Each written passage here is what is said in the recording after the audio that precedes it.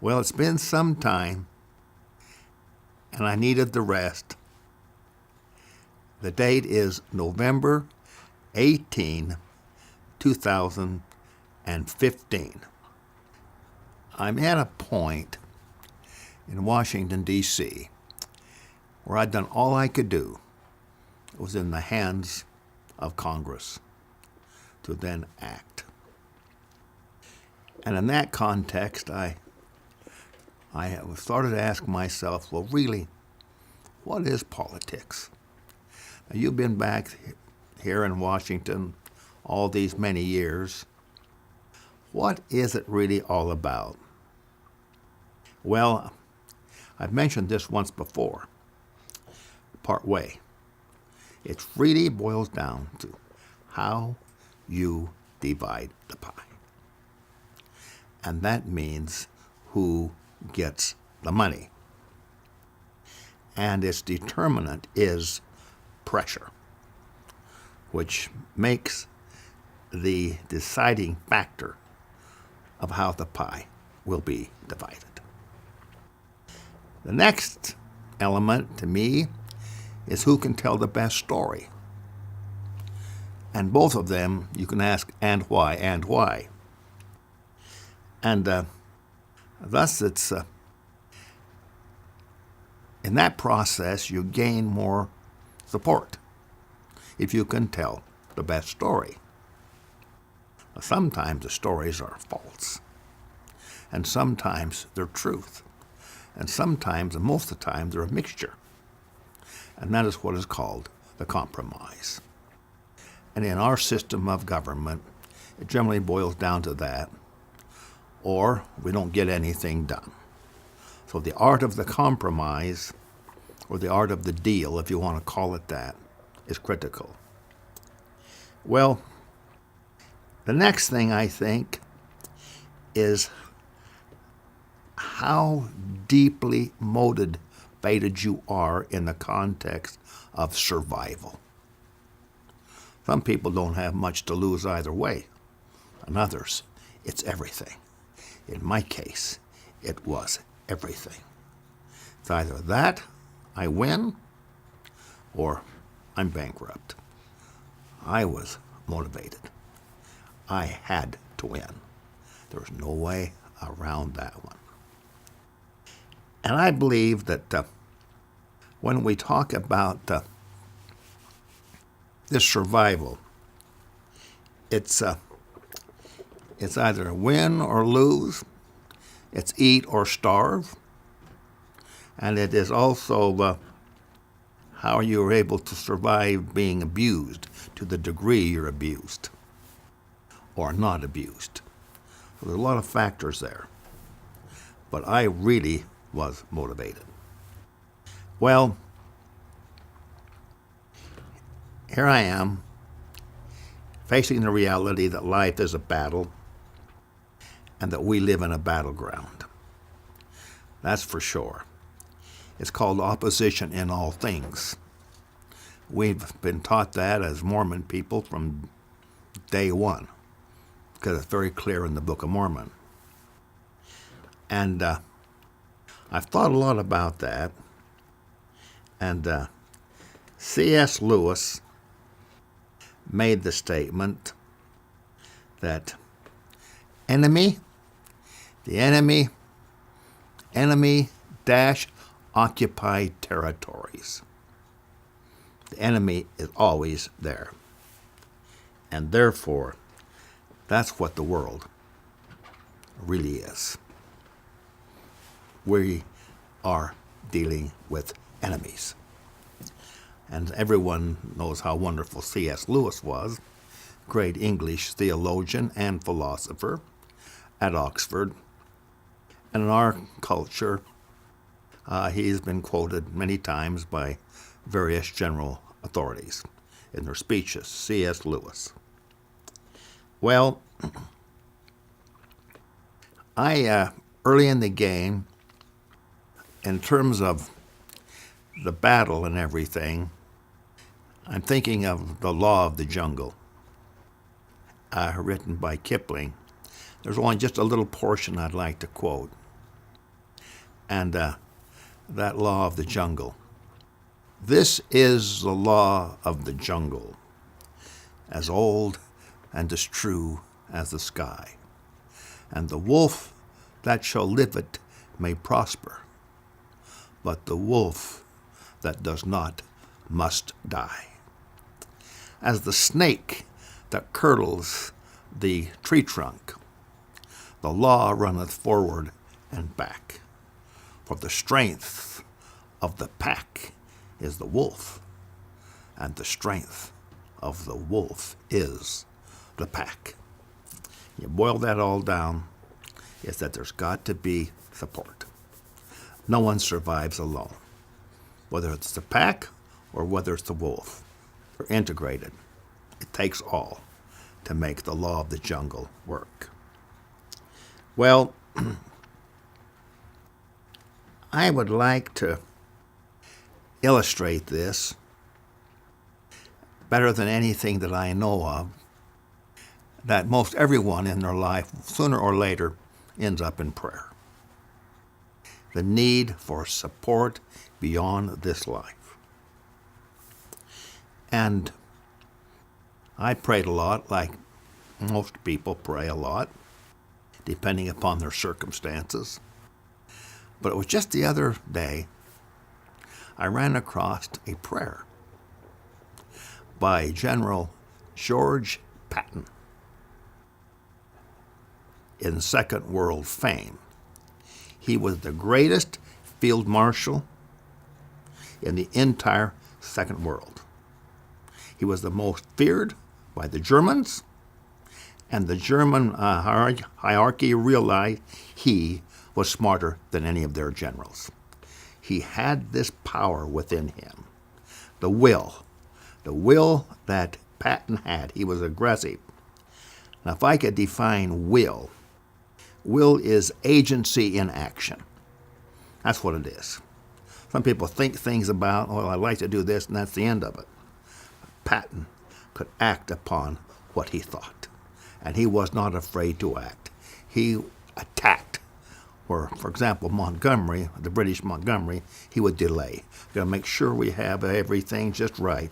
We've got to make sure it's doubly right. We've got to make sure it's triply right. While he's thinking about making everything right, Patton's already gone out there and conquered miles and miles and miles of territory. But anyway, they reached a point in that Second World War that there's one desperate battle on the part of the Germans. And the Germans realized, and Hitler, I should say, concocted the idea, that in order to win this war, we have got to divide the Allied forces. So what we're going to do is we're going to take and force them to give way to us, and we're going to attack right up the middle and force half of them this way and half of them that way. If we can do that, then we can take and stop their advance. And so he devised this plan, got his best generals, his best tank commanders, and everything. It became known in history as the Battle of the Bulge. Now, he caught the Allies by surprise when that battle started, and they moved fast in dividing the Allies.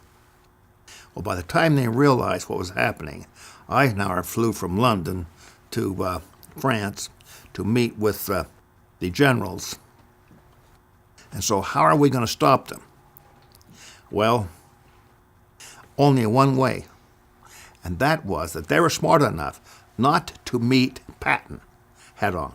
They're going to go right in between Patton and the other generals. So that will be the dividing line. And the key spot was Bastogne. They had to take Bastogne, which is a little tiny place, but it was a key point. It was kind of like a central part.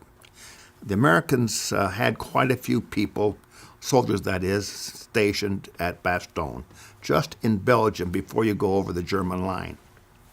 When they met, the question became, how are we going to get help Patton had already figured out before the meeting what was to happen and how they could do it. And that was, we will take the Third Army and move it north and cut that charge by the Germans, cut them off. Now, at that time, there's 101st Airborne Division, which is part of the Bradley Group, if I remember correctly, were stationed in Bastogne. And so, in order to save this division, he had to move up there. So in the meeting, he stands up, goes to the map, he does a lecturing. Patton does. Montgomery, Bradley, Eisenhower were all sitting there with their mouths open. And Patton took control of that meeting. He says, we will move our army up and cut the Germans off. Well, how long will that take? He says, I can have it done and be there by Christmas. That is just 2 weeks away. You mean to tell us that you believe you could take and move an entire army over 100 miles by Christmas? He said yes. They all thought it was insanity. But they recognized we better take him somewhat serious, because everything he promises that he's going to do, he does. He's that good. Well, he starts to move. They called him blood and guts. These soldiers did. It's our blood and his guts. That's what they would say. But anyway, so he starts this. All of these, we're talking thousands of troops and all the tanks and the various equipment that's involved in this. They had to move the entire army north. Well, he gets just outside of Bastogne. He had promised they'd be there Christmas Day. This is now December 24th, 1944. And he's stopped by two things: the weather and the German resistance. He's just outside. He's not in Bastogne to save the 101st Airborne Division. He's not there. Well, he's a religious man. He reads the Bible every day. And he gave a prayer, and he wrote down the prayer in advance. I have a copy of this prayer. I'm going to only read excerpt to you that Patton gave and begged of the Lord. And I'd like to just got this right here. I'll turn this right here. It's the most amazing thing. Patton kneels, unfolding the prayer he has written for this occasion, and bows his head. Sir, this is Patton talking. The past 14 days have been straight hell. Rain, snow, more rain, more snow. And I am beginning to wonder what's going on in your headquarters. Whose side are you on anyway? Well, then it continues. And these last words, in my opinion, is a prayer for the ages. Damn it, sir, I can't fight a shadow. Without your cooperation, from a weather standpoint, I am deprived of accurate disposition of the German armies. And how in the hell can I be intelligent in my attack? All of this probably sounds unreasonable to you, but I have lost all patience with your chaplains who insist that this is a typical Ardennes winter, that I must have faith. Faith and patience be damned. You have just got to make up your mind whose side you are on. You must come to my assistance, so that I may dispatch of the entire German army as a birthday present to your Prince of Peace. For all I request is 4 days of clear weather. Give me 4 days, so that my planes can fly, so that my fighter bombers can bomb and strafe, so that my reconnaissance may pick out targets for my magnificent artillery. Give me 4 days of sunshine to dry this blasted mud, so that my tanks roll, so that my ammunition and rations may be taken to my hungry, ill-equipped infantry. I need these 4 days to end von Rundstedt and his godless army to their Valhalla. I am sick of this unnecessary butchering of American youth. In exchange for 4 days of fighting weather, I will deliver you enough krauts to keep your bookkeepers months behind in their work. Amen. Well, at least he knew what he wanted. And at least he knew what he had to have. And it ended up that the weather changed slowly, which ended up being a blessing, because it also kept the Germans from getting in to Bastogne and destroying that 101st Artillery Group. Until Patton got settled, his soldiers just enough rested, and then the weather lifted, and he attacked. And he dispensed of Hitler's dream and their last effort. And in my opinion, that indeed was the crowning point of the Western offense. And only he could have done it. No other general could have done what Patton did. It's an amazing thing, amazing story. And thinking about a little history here, and I'd like to talk about that just a bit. I'm sitting in Washington, D.C., waiting and waiting.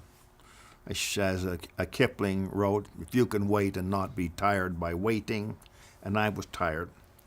But the problem is I couldn't talk to anybody because no one could do anything.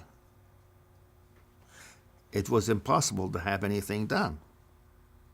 We were stuck. It all was in the hands.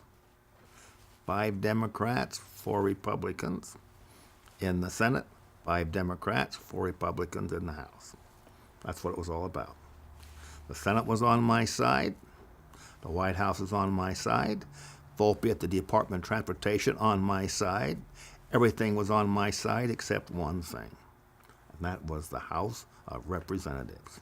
They were bitterly opposed to me because Volpe and the White House decided this little tiny Snarr plan, which didn't amount to hardly a hill of beans in the big scheme of things, was made part of the 1970 federal aid highway program in order to pay for this little tiny bit of money, which is just a tiny bit. They had said, let's break the trust fund. And the Congress, that is the House, for 15 years would not give in to cracking that trust fund. So And you can't threaten them that you're going to veto the thing. The president's not going to veto it. President Nixon over just a little bit of money on a little tiny taking down some signs. So that was the problem. But nevertheless, I had my fingers crossed. Well, I wanted to talk about a man in history that I think was about as astute in politics as any man that I've ever read about, and that was Cardinal Wolsey. In terms of politics and its history of politics, I want to reference the story of Henry VIII, and the play was written by Shakespeare. But in that story, he sums up the end of the life of Wolsey. And the poem is called The Fall of Cardinal Wolsey. Well, I'm going to start about the fall, then I'll go back a little bit, give a little background as to what really happened and why the fall. Farewell. A long farewell to all my greatness. This is the state of man. Today, he puts forth the tender leaves of hopes.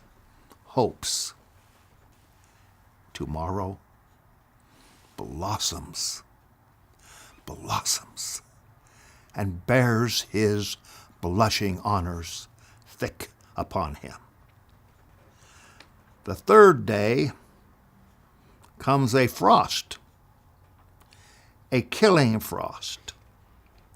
And when he thinks, good, easy man, for surely his greatness is ripening, the frost, the killing frost, nips his root, and then he falls, as I do. Oh, how wretched is that poor man that hangs on princes' favors. There is betwixt that smile we would aspire to, that sweet aspect of princes. And also, there is ruin, and there is more pangs and fears than wars have. And when he falls like Lucifer, never to hope again. Vain pomp and glory of this world, I hate ye. Me, Cardinal Wolsey, who once tread the ways of glory and sounded all the depths of honor, but far beyond my depth of honor, my high-blown pride at length broke under me, and now has left me weary, old, and at the mercy of others. Cromwell, my friend Cromwell, listen to me. Listen, I charge thee, fling away ambition. By that sin, the sin of ambition, fell the angels. How can man then, in the image of his Maker, hope to win by it. Cromwell, love thyself last.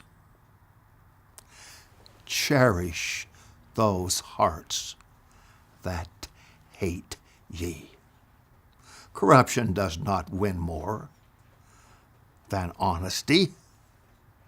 Still, in thy right hand carry gentle peace to silence envious tongues.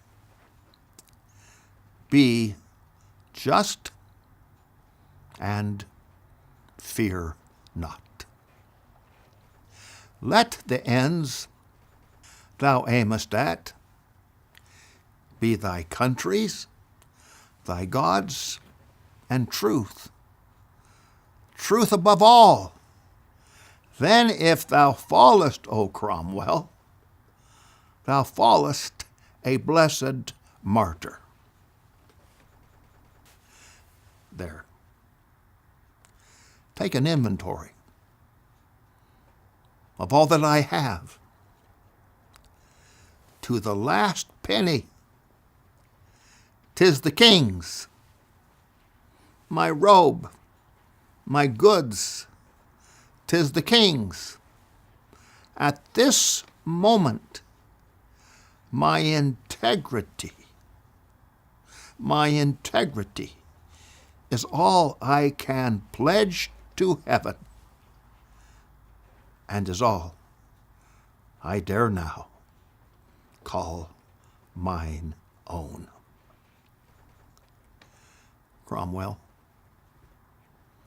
had I but served my God with half the zeal I served my king, he would not, in mine old age, have left me naked to mine enemies.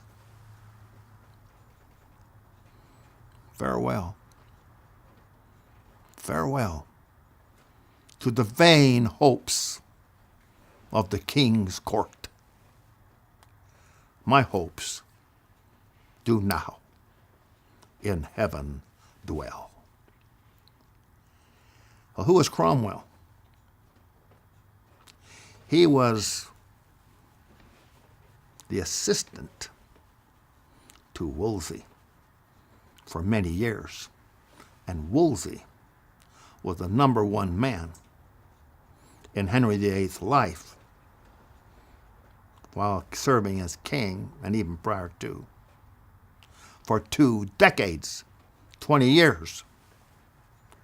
And his power was unequaled in the history of England, unequaled in the context of an administrator. First, he headed up the church. Second, he headed up all the court system, and he was the exchequer, all the money. He collected all the taxes. Thirdly, he was the one man that Henry leaned upon more than anyone else. That's who he was. And his right-hand man was Cromwell. Now he's advising Cromwell. Since I have fallen from power, be careful, Cromwell, because the same's going to happen to you. That's happened to me. It's only a matter of time. And you'll slip up along the way, and you're going to find yourself in my shoes. Well, of course, Cromwell didn't listen to him. And the king leaned upon Cromwell. And what happened was, and I might just add this, that when he finished with his lecture or advisement to Cromwell, he left. Wolsey left York, where he was, going back to London, and died. I think he was 57 years of age. He died. A broken-hearted man. Now, when collecting all the money, he made sure that the church got its share, and he made sure from the church's amount, he took the biggest chunk. And he enriched himself with many residences. And after the fall of Wolsey, Henry VIII went about to just see what Wolsey had been doing. He couldn't believe it. Hampton Court, for example, was the biggest, most luxurious building built in the Renaissance period, was Hampton Court. I'm talking about English buildings now. It was amazing.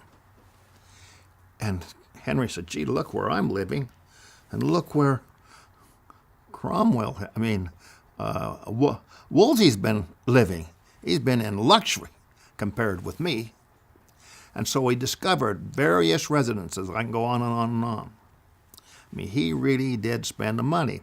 But in the final analysis, it all ended up in the control of Henry VIII. That's why he says, take an inventory of all that I have.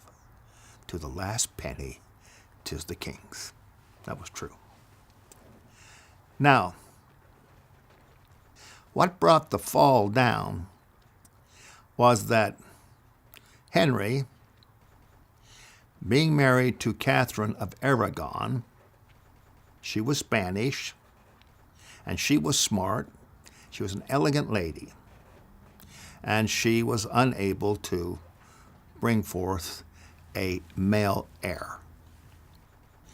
And they lived together for many, many years, about 18 years. But he realized that it's not going to work. I got to find me a male heir. And so in that context, his eyes started to rove. And there were two girls in the court, Mary and Anne Boleyn. Mary was the oldest. They'd both been in France for many years. Their father had sent them there to refine them and to teach them how to dress, beauty, and all good courtly manners and so on. Well, he saw Mary first. She was the oldest. Anne was a little bit younger. And that went on for about 4 years. And then he realized, I got to get a divorce. And so what he did was he turned to Wolsey. Get me a divorce from the Pope. Well, Wolsey, being the head of the Catholic Church and the legate from the Pope, that is, everything that happened from the Pope to England had to all go through Wolsey. And it did.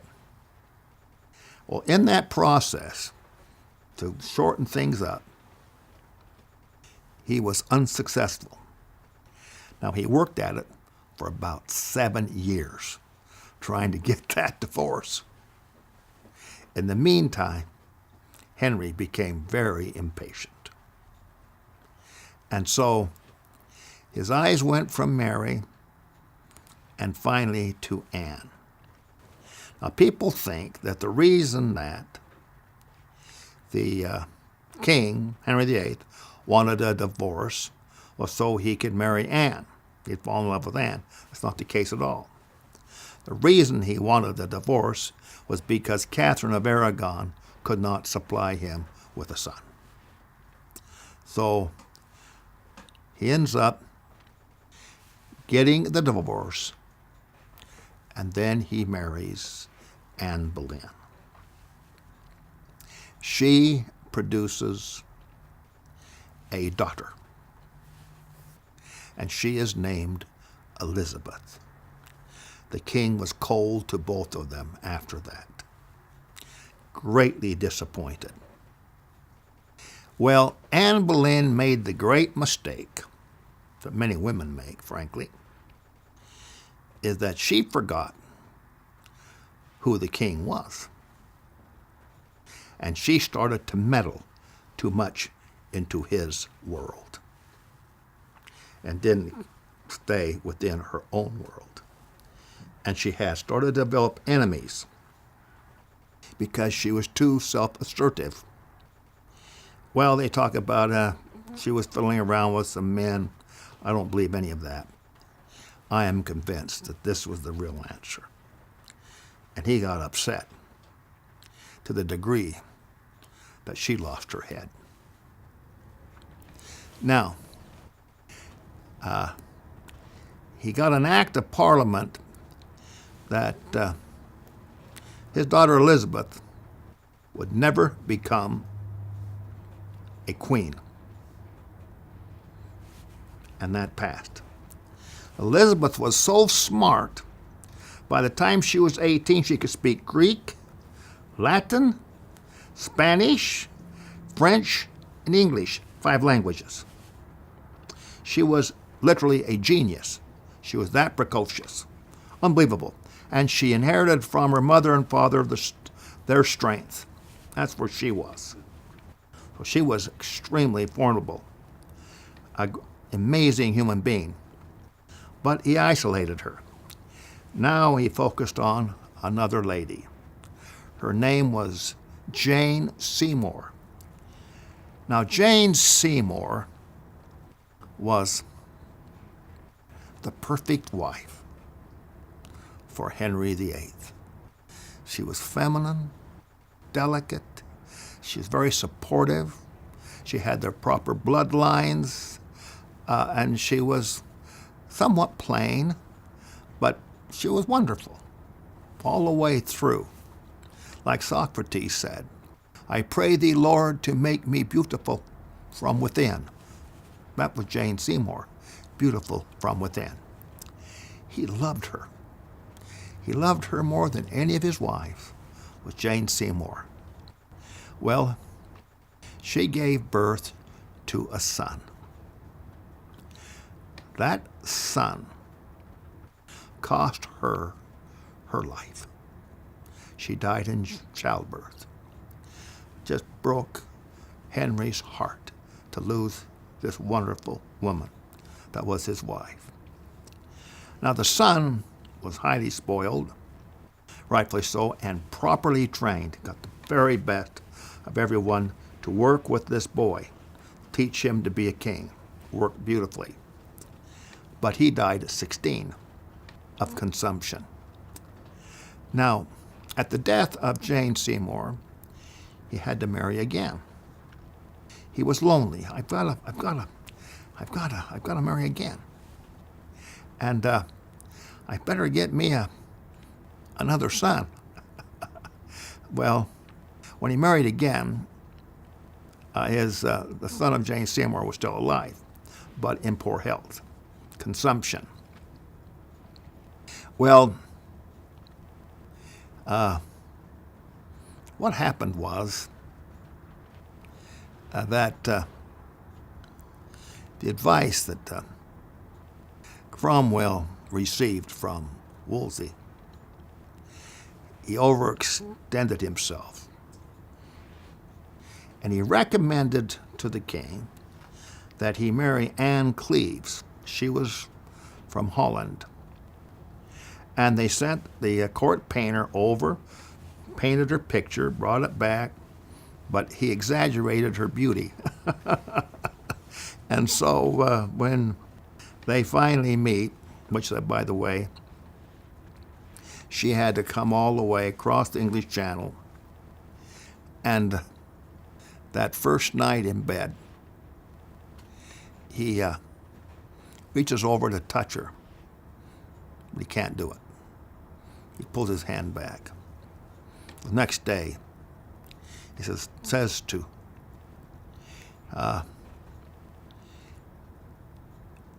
what have you done? She stinketh. She's not smart. She's dumb. I don't like her. The marriage is to be annulled. And so it was. The marriage was never consummated. But he gives her a nice palace to live in and supports her till the day she died. So that was good. Now the next one was Catherine Howard. Now Catherine Howard was British, English, quite young, beautiful, gorgeous, but a dingbat. And she messes around with her old boyfriend. She loses her head. The next one is Jane Parr. Or I should say Catherine Parr. Catherine Parr was a gift from God to Henry VIII. What she did was she brought the family together. So with Catherine of Aragon, she had a child, a woman, a girl I should say, Mary. And brought Mary together. And then she brought from Anne Boleyn, here we have Elizabeth. Then she brings together her brother, half-brother I guess you call it, and Frederick. And then she brought together, I believe that was the four right there. Bring those four together. That saved the family. That was very, very important. And from that, Mary, because Frederick died, he died after being king. He was 10 years of age when Henry VIII died, but he died when he was 16. Also, amazing 16. And that was a very, very sad thing. So then the next one in line is Mary from Catherine of Aragon. Mary, and Mary was Catholic all the way. And Mary became known as Bloody Mary in history, Bloody Mary, because she wanted to reestablish the Catholic Church. You see, what happened was that an act of Parliament established Henry VIII, when he couldn't get that divorce, as the Pope of the Church in England, as well as the king of his dominion. So he held both titles, and from that came the Church of England. So rather interesting how that all happened. But then the real problem became, now what? Who's going to be the next monarch? When Jane Seymour's son died, well, it fell upon Elizabeth. Now, I cannot mention Elizabeth enough. I was in London several years ago. It was the year 2000. I was in London. In the newspaper, in the London Times, they had the lead article, who was the single most important person in the last 1,000 years? And they had 5 eminent British figures answered that, each in their own way. I was intrigued by one. He said the most important person in the last 1,000 years, frankly, was America's Declaration of Independence. Now, they had to give 2, answer 1 and 2. Number 2, he said, is also America's Declaration of Independence. Now, I can't remember 3 of them, but I can remember what Paul Johnson wrote.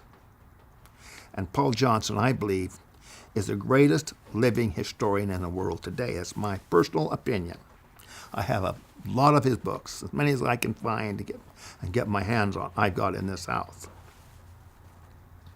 He said the most important person was Elizabeth I, the daughter of Henry VIII.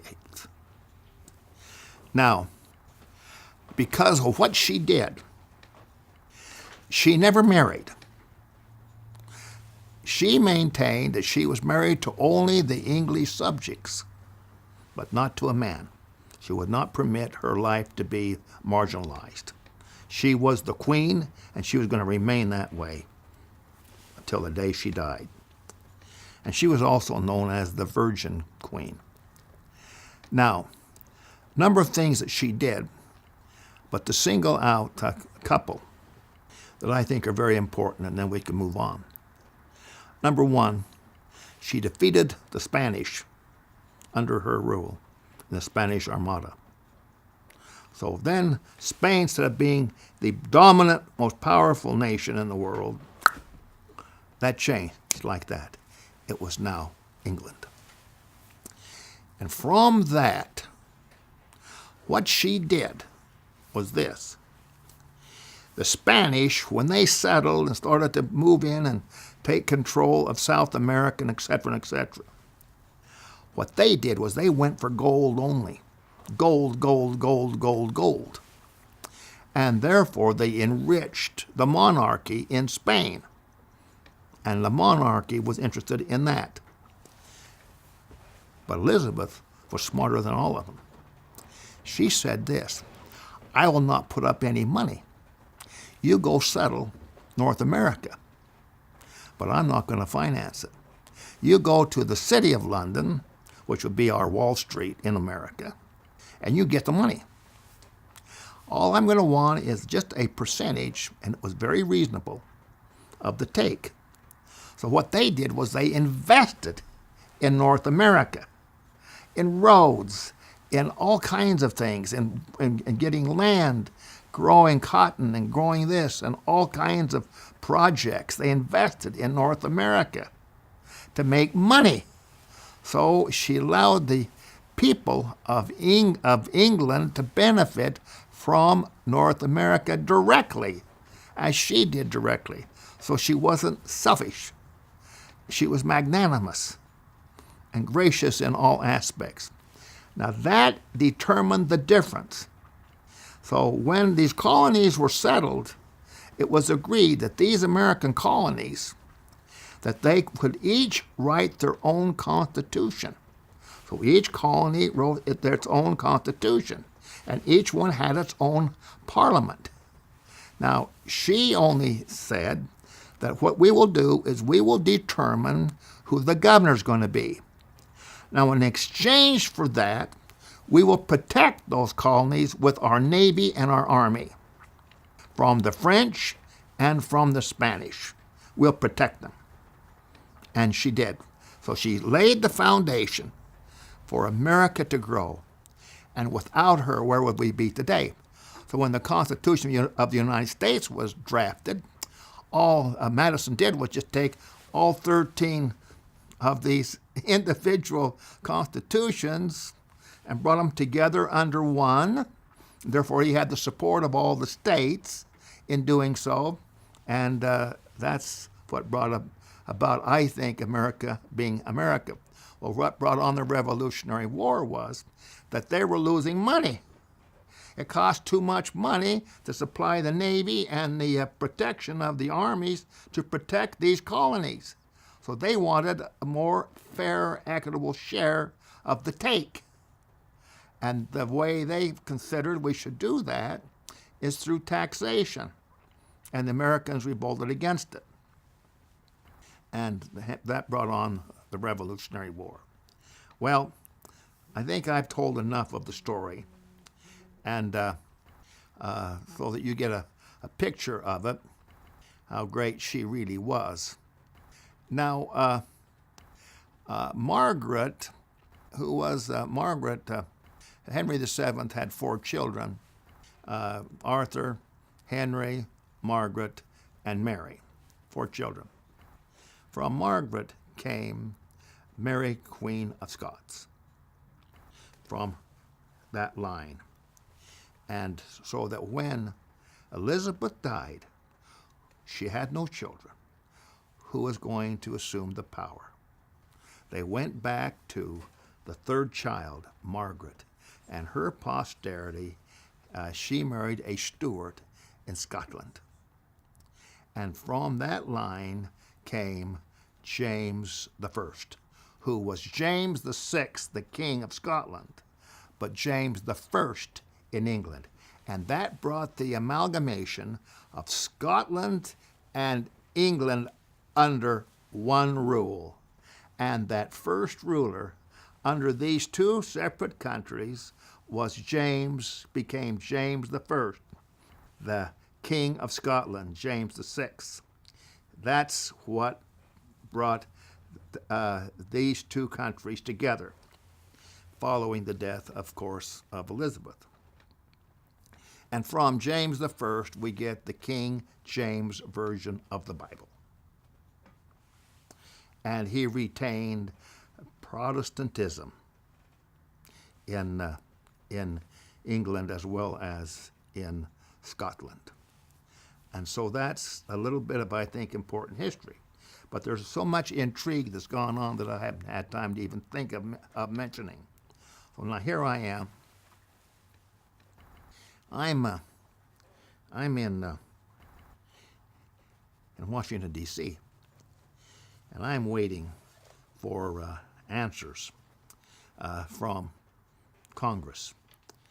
So what happens is that whenever a bill is passed, you have a version of the bill passed in the House, you have a version of the same bill passed in the Senate.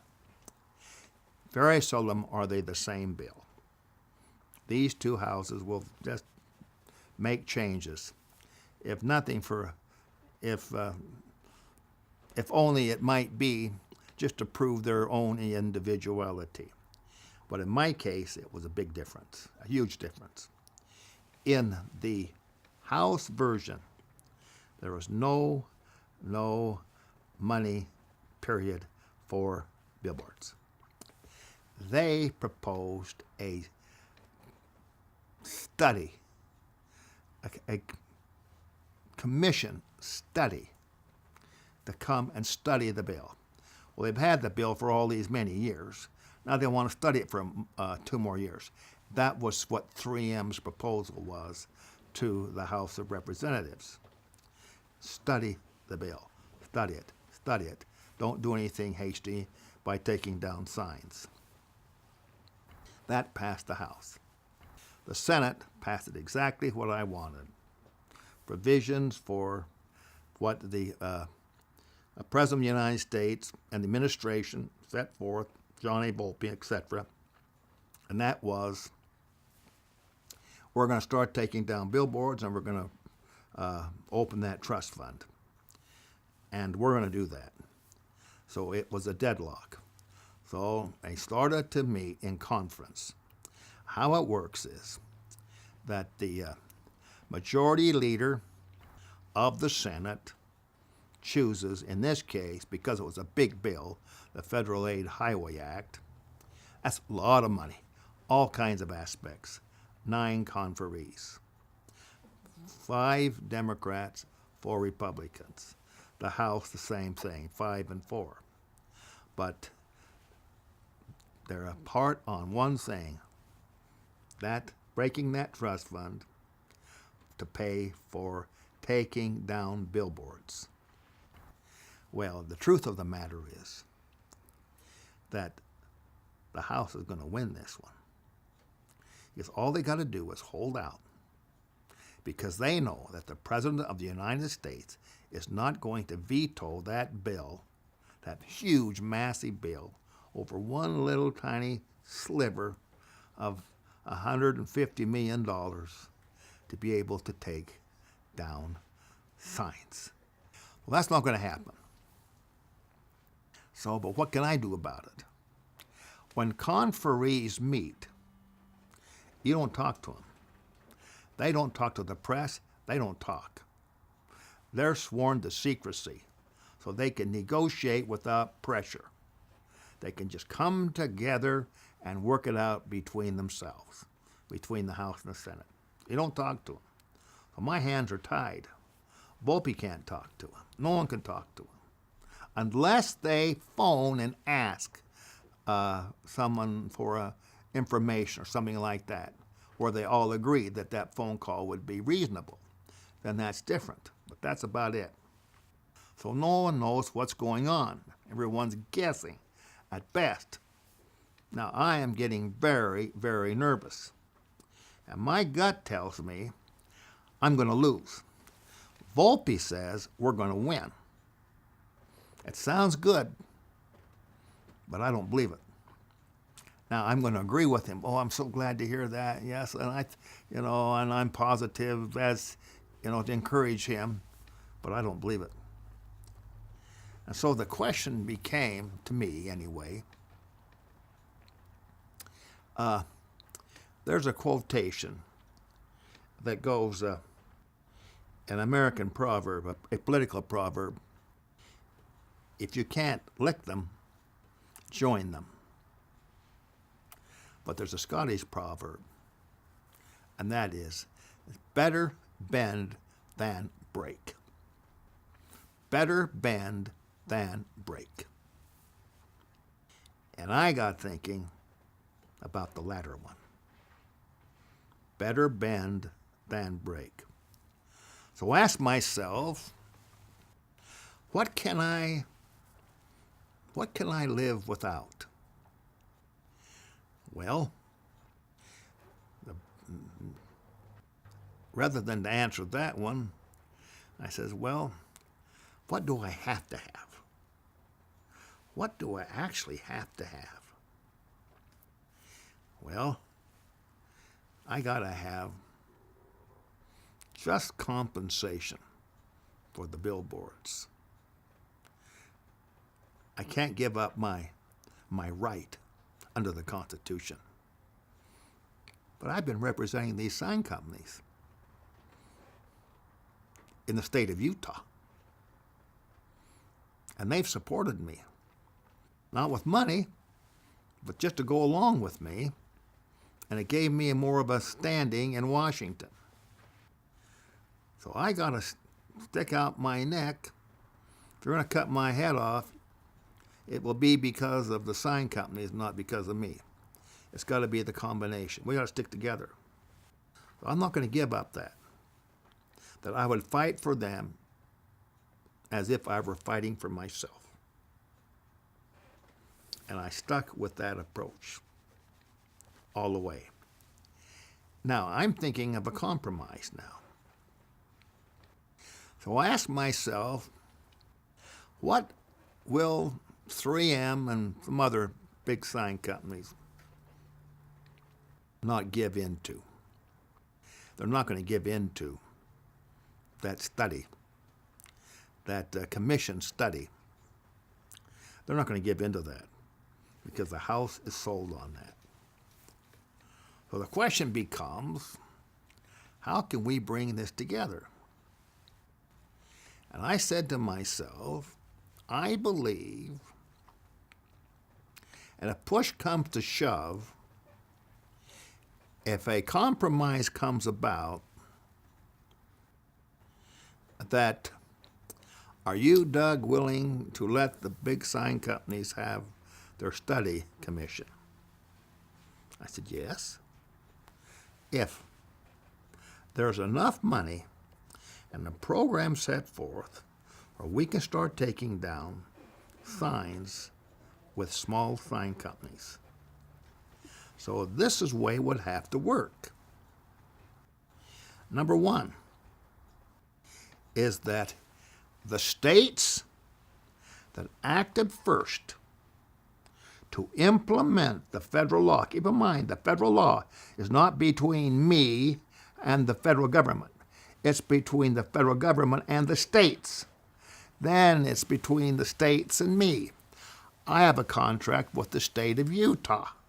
The state of Utah will pay me. They'll pay me after they get the money from the federal government. That's how it works. So I said to myself, if they will fund, and that they do it on the basis of the states to come forward first and get a local state law passed to implement the federal mandate, they get the money. And so it's just who's first, who's second, who's third, and so on, away you go. Well, I got billboards in 13 states.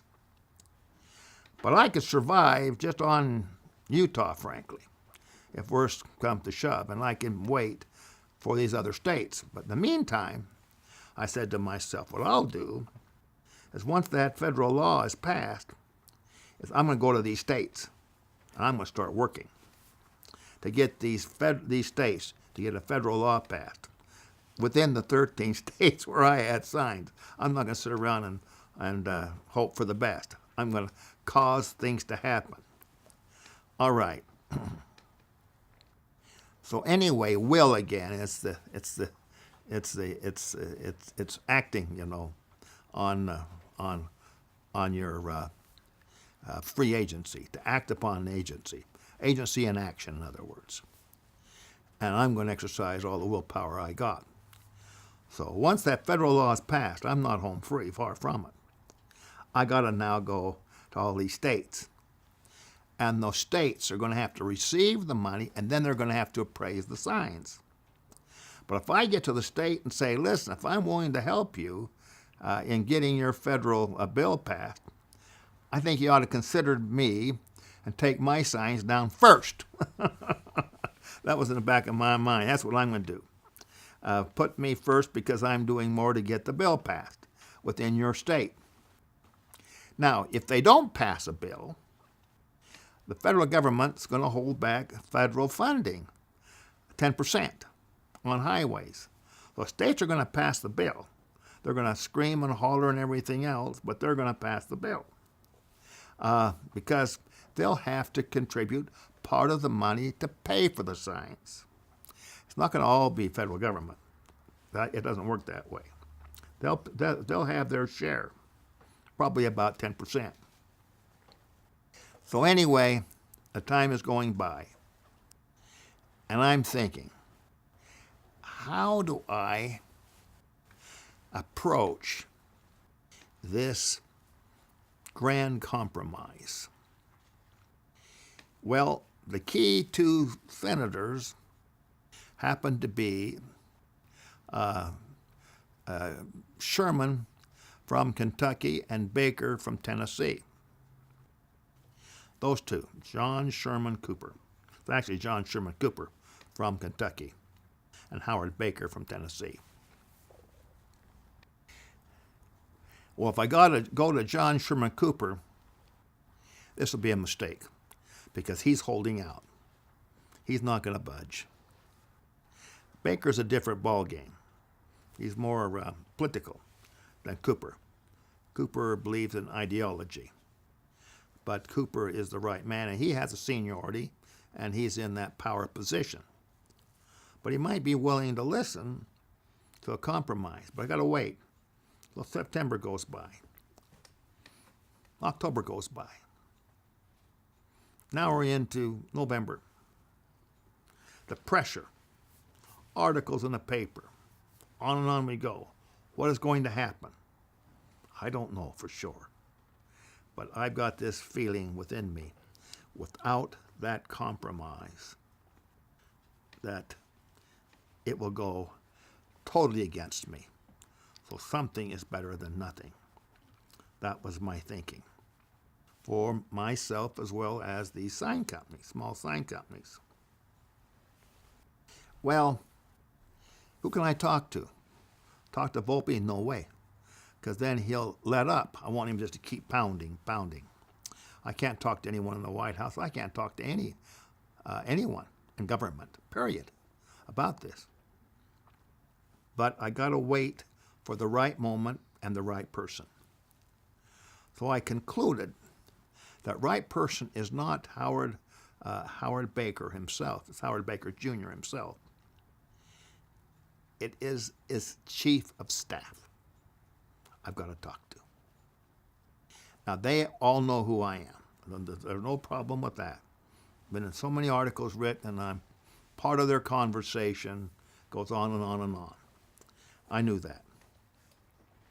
And I'd been on television, and I'd been in the radio stations and the whole bit.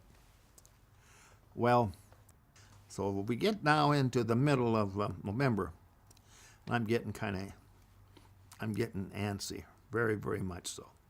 I mean, I wonder if I'm waiting too long. I can't go too early. What am I going to do? How should I go about this? Only two people I could talk to. One was Kate Ains, which I have referenced to you earlier. He was critical. He thought it was brilliant. Then I could talk to Jack Francis. Now, he's back there. He's the czar over all of highway beautification. But if the House of Representatives prevails, there'll be no money for highway beautification, and he'll have a job with nothing to do. And they're paying him a pretty good salary. He's really come a long ways, but what's he going to do? So I can talk to Jack in total confidence to see what he thinks, because he is very concerned and interested in getting that law through. That's his job, is at stake. And I trust him implicitly. I trust Jack with my life. He was just an amazing person. Good Mormon kid from southern Alberta. What I did was I decided to take the chief of staff to lunch of Howard Baker. And I talked to him along the lines that we cannot give up. We have got to hang tough. There is no way we can quit. We've got to not give in to the House. We must remain firm. That was the position I took during that period of enjoying a pretty expensive lunch. After all of that, I said, you know what I'm afraid of? I'm afraid they're going to compromise. I'm afraid of it. Well, how could they compromise? Well, it's quite simple.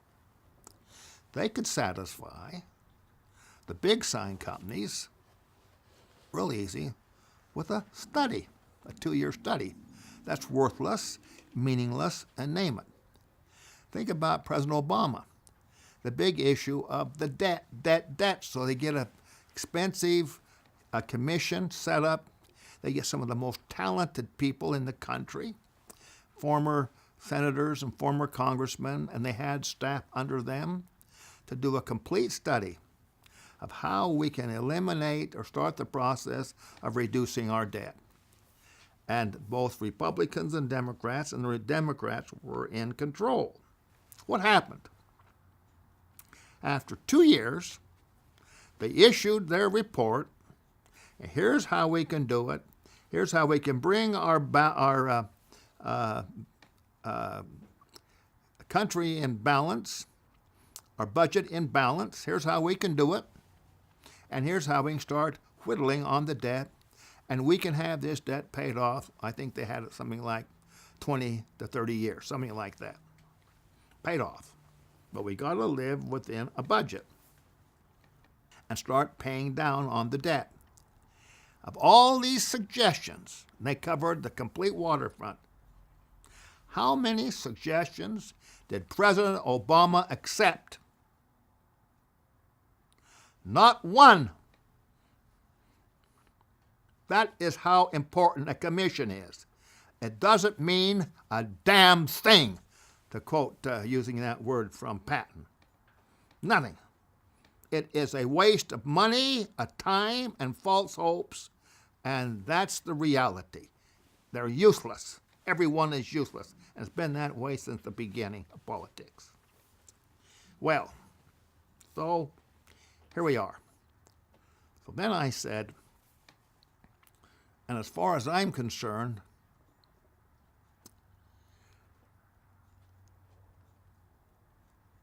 the only thing I'd even but that I think that probably the Senate would probably suggest, if there's a compromise, which I hope there isn't, that they honor just compensation for the removal of private property for the public good, as the Constitution stipulates. Number two, they recognize the small sign companies, and here's how they do it. The states that comply first with the federal mandate on a state level, right in order, who's first, who's second, who's third, right on down the line, they get the money until they run out. Then you have to give more money. And they take the signs, sign company by sign company, within those respective states, not sign by sign, but sign company by sign company. Then I kind of resold him on that process. But I hope it never happens. And I knew dang well he bought it hook, line, and sinker. I outfoxed him. But anyway, so I got down. Now we're in December. I never did talk personally to Howard Baker Jr. Keep me away from him. I would be, had you been polluted by this Doug Snarr? I didn't want him to have to answer that question. Of course not. His chief of staff suggested how a compromise could be reached. So what happened was that what I would do is I'd come to work, which means I'd go up to my little office in Senator Moss's office complex. He had a little tiny corner for me, my little phone, my little chair, and a nice desk. And there would be some books in that stack that they were using for their work, but I'd have sufficient space that I could operate from. And it was kind of known, battered around, that I had been given the privilege by Senator Moss, which helped me immensely because the Democrats were in control and Moss was the whip. In other words, you've got the ranking minority leader, and underneath him is the whip. Well, that's the position that Moss held in the Senate Democrat Party. And his job was to keep the senators all in line to vote the way that the so-called majority leader wanted. I couldn't have a better guy. I think I've mentioned this before. There's two kinds of senators. There's the show horses, and then there's the workhorses. And Moss was the workhorse. That's why he held that position. He got the job done. He could work. Well, what Woolsey was both. He was a show horse plus he was a workhorse. But if I had to choose between the two, I'd say that he was more of a workhorse. Well, on December 6th, 1970, I get a phone call. I'm sitting at my desk in Moss's office complex. And Dick Sullivan of the House Public Works Committee, General Counsel, called me and said, "We have reached a compromise," and repeated back to me exactly what I had told Howard Baker Jr.'s Chief of Staff.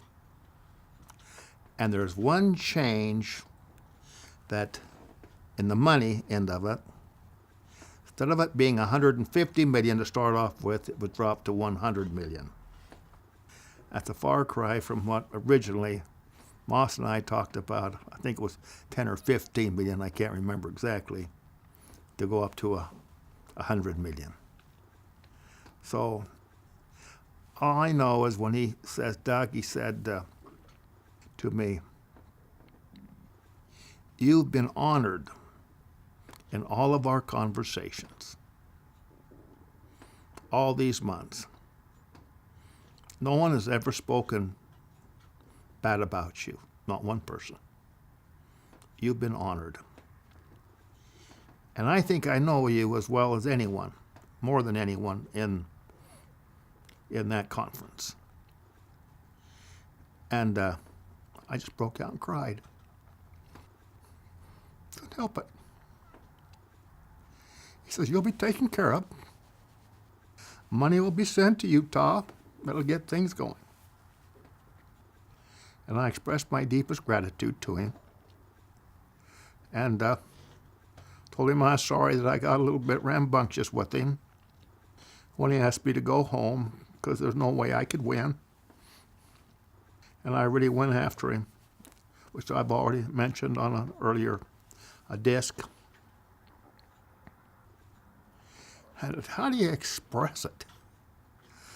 After all these years, I added it up, and basically what it amounted to was this. It was 6 years in Washington, D.C., and it took me 4 years with the states yet to do. It was a 10-year span on the project. But we're talking the 6th year.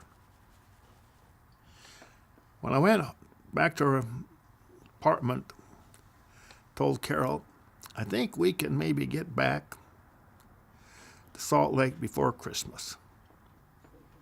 That's my goal. Now I had bought, and shown over there, there's a little statue over there. It's a warrior. It was in an antique store. When I'd be walking from Capitol Hill, I'd go down Independence Avenue, and right on the edge was a little antique store. Been there for years. High quality stuff. Good stuff. And I saw that in the window, and I went in, this was probably 2 to 3 years prior to the good news from Dick Sullivan. I want to buy this. I don't have the money, but I can pay you $10 a month. Well, that's expensive piece. And will you put it on layaway at $10 a month? I can put $10 down. And if I don't pay off, you can keep the money. And I said to myself, I'll only be able to buy that if I win. So that was one of the first things I went and picked up. Now, I didn't have all the any money right then in terms of all of a sudden a flush of money, but I had enough that I could pay that off.